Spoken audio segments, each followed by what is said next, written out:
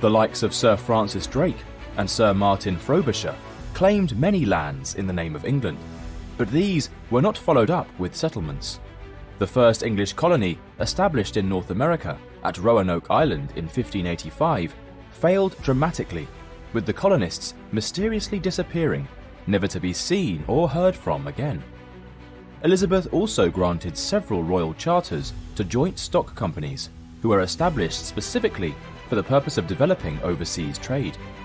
Companies such as the Levant Company, founded in 1592, and the East India Company, founded in 1600, were granted monopolies on all English trade to and from these areas. When Elizabeth I died in 1603, the throne of England passed to James VI of Scotland. Upon his ascension to the throne, James became the king of both Scotland and England through the union of the crowns. However, the two kingdoms remained distinct and were ruled separately. As king, James looked to build further on the attempts of his predecessor to establish overseas colonies that were to be ruled and governed under one of the three types of colony structures. A crown colony was directly ruled by the monarch themselves, but would typically be administered by a royally appointed governor and supported by a local council. A charter colony was similar to a crown colony, but was ruled under a corporate charter rather than a governor.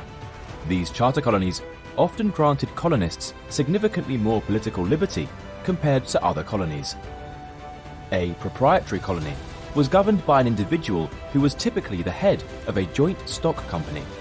These colonies were distinct from crown colonies in that they were commercial enterprises with responsibilities to shareholders.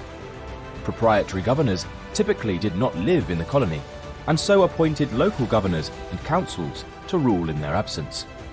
Over time, however, these proprietary colonies became increasingly difficult to manage and transitioned to crown colonies instead. An important yet often overlooked development in England's overseas expansion is that of the plantation of Ulster, which saw Protestant settlers from Scotland and England transported to parts of the north of Ireland during the early years of King James's reign. This model of organised colonisation would form the blueprint for future English colonial expansion, with many of the leaders of the Ulster plantation later becoming involved in establishing other colonies in the New World. Throughout the 1600s, the Kingdom of England expanded its overseas colonies in North America and the Caribbean.